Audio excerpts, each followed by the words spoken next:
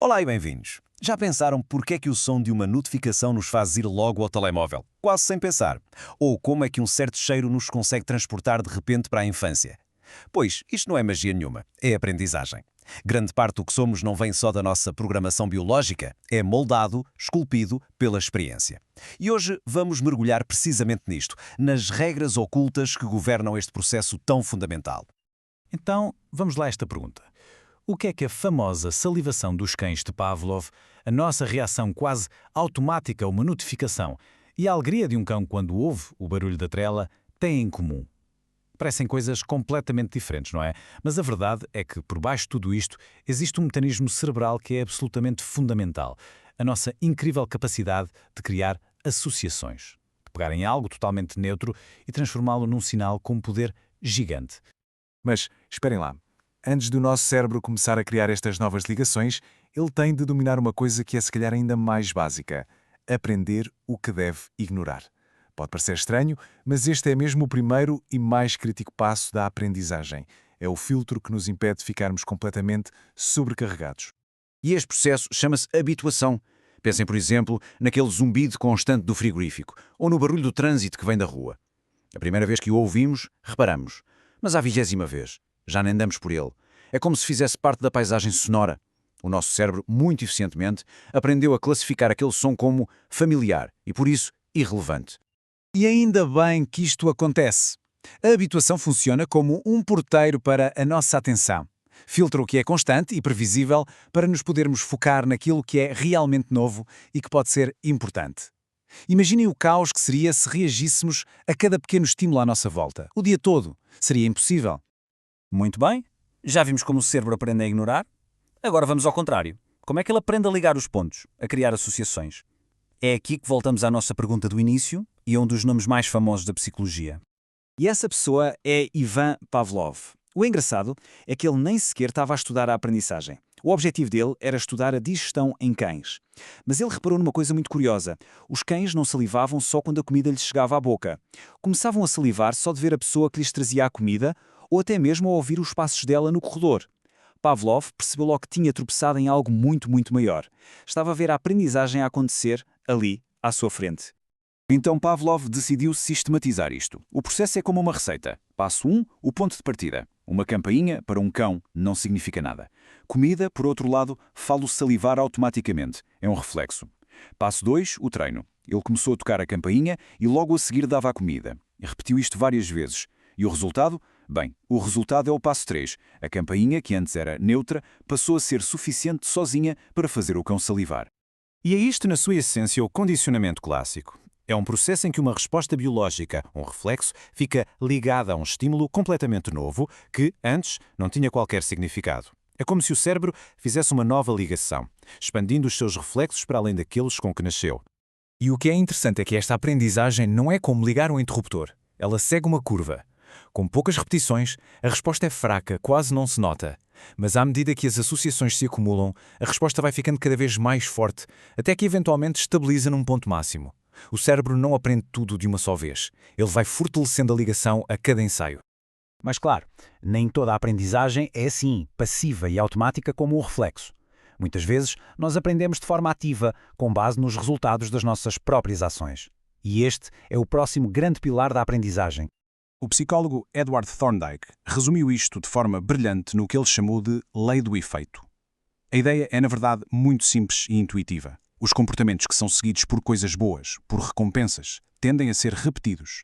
E os comportamentos que são seguidos por coisas más ou por nada, tendem a desaparecer.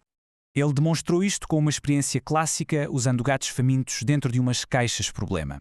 Para sair e apanhar comida, o gato tinha de fazer uma coisa específica, como puxar uma argola.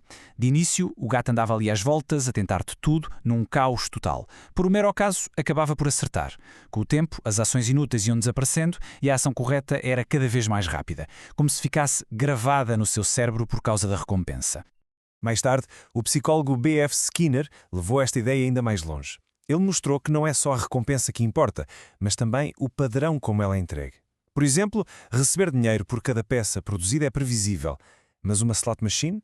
A recompensa é totalmente imprevisível e é precisamente essa imprevisibilidade que nos vicia. É o que nos faz persistir, porque há sempre aquela esperança de que a próxima vez é que vai ser. Até agora, parece que a aprendizagem é sobre associar coisas ou sobre as suas consequências. Mas há aqui uma camada mais profunda, mais inteligente. No fundo, a aprendizagem tem tudo a ver com informação e com a nossa capacidade de prever o futuro. Pavlov achava que o segredo era a contiguidade, ou seja, a campainha e a comida aparecerem juntas no tempo. Mas a investigação mostrou que isso não chega. O que realmente importa é a contingência. O que é que isto quer dizer? Quer dizer que a campainha tem de ser um sinal fiável de que a comida vem a caminho. Portanto, o ponto-chave é este. O cérebro não está só a ligar eventos que acontecem ao mesmo tempo. Ele está ativamente à procura de informação. Um estímulo só se torna num sinal útil se nos permitir prever o que vem a seguir. Se a campainha tocasse de forma aleatória, umas vezes com comida, outras sem, ela não daria qualquer informação útil. E por isso o cérebro simplesmente não a aprenderia. Foi o investigador Robert Rescorla que demonstrou isto de uma forma muito clara. A força da aprendizagem depende diretamente do poder de previsão do sinal. Se a campainha for um sinal 100% fiável de que vem aí comida, o condicionamento é muito forte. Se for um sinal que só acerta metade das vezes, a aprendizagem é muito mais fraca. O nosso cérebro comporta-se como um verdadeiro estatístico, sempre a calcular probabilidades. Ok, já vimos os princípios em laboratório com animais, mas e nós? Como é que isto tudo se manifesta no nosso dia-a-dia? Bem, as formas são poderosas e por vezes até bastante surpreendentes, especialmente quando falamos de emoções e dependências.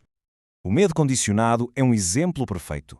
Se alguém tiver uma experiência muito má num determinado sítio, esse sítio, que antes era neutro, pode tornar-se num gatilho que, por si só, dispara uma resposta de medo e ansiedade. As fobias muitas vezes nascem assim. É o condicionamento clássico a moldar diretamente a nossa vida emocional.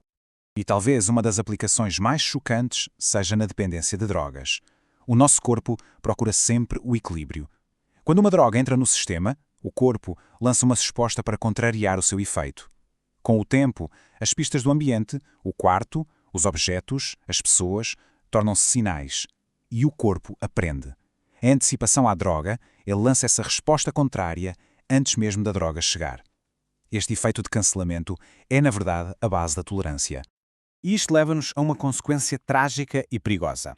Se um consumidor tomar a sua dose habitual, mas num ambiente completamente novo, aquelas pistas que disparam a resposta de proteção do corpo estão ausentes, o corpo não se prepara. E como resultado, a mesma dose que antes era tolerada pode de repente tornar-se fatal. Muitas overdoses acontecem exatamente por isto. Vimos como as recompensas moldam o que fazemos. Mas para terminar, fica um paradoxo fascinante. O que acontece quando se recompensa alguém por fazer algo que essa pessoa já adora? Pensem numa criança que gosta de desenhar. A investigação mostra que a recompensa externa pode, na verdade, matar o interesse genuíno. Quando a recompensa desaparece, a vontade de desenhar também pode desaparecer. E isto deixa-nos com uma última questão para pensar. Se as recompensas podem ser tão traiçoeiras, o que é que nos move verdadeiramente lá no fundo? Essa é a grande complexidade da nossa motivação.